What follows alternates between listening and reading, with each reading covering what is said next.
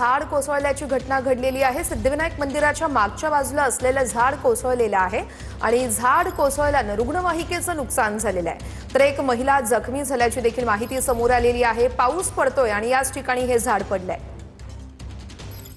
10:30 वाजण्याच्या सुमारास या शंकर घाणेकर मार्गावर एक भलं मोठं झाड कोसळलं आणि त्यात नेमकं किती नुकसान झालेलं आहे ते आपण इथे बघू शकतो। या दुर्घटनेत एक महिला जखमी झाली आहे। तिचा तपशील अजून नीट उपलब्ध नाही, म्हणजे डिटेल्स उपलब्ध नाहीत, पण एक रुग्णवाहिकेचा चक्काचूर झालेला आहे आणि महापालिकेचा उद्यान विभागाचा स्टाफ इकडे पोहोचलेला आहे आणि तुटलेलं झाड हटवण्याचा प्रयत्न सुरू आहे।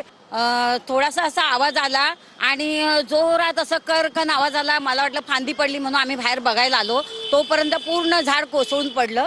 इकडनं गाड्या चालल्या होत्या। एक कारमध्ये लेडीज होती, तिच्या डोक्याला लागलंय। पाठीमागे बाळ होतं एक छोटं, तर त्या बाळाला काय नाही झालं, पण तिला लागलंय आणि ड्रायव्हरला लागलंय। पण ही ॲम्ब्युलन्स आहे, ही गरिबांसाठी ठेवली आहे, तर ह्याच्यात सुद्धा खूप नुकसान झालं। मला सांगाल की हे जे झाड कोसळलं या संदर्भात काही तक्रारी महापालिकेकडे केलेला आम्ही जी साऊथला केले आहेत, पण त्या लोकांनी काही घेतलं नाही। फक्त यायचे, वरची फांद्या तोडून जायचे, बाकी त्या लोकांनी काही हे नाही केलं। व्हिडिओ जर्नलिस्ट रोहन सह दिनेश दुखंडे, TV9 मराठी,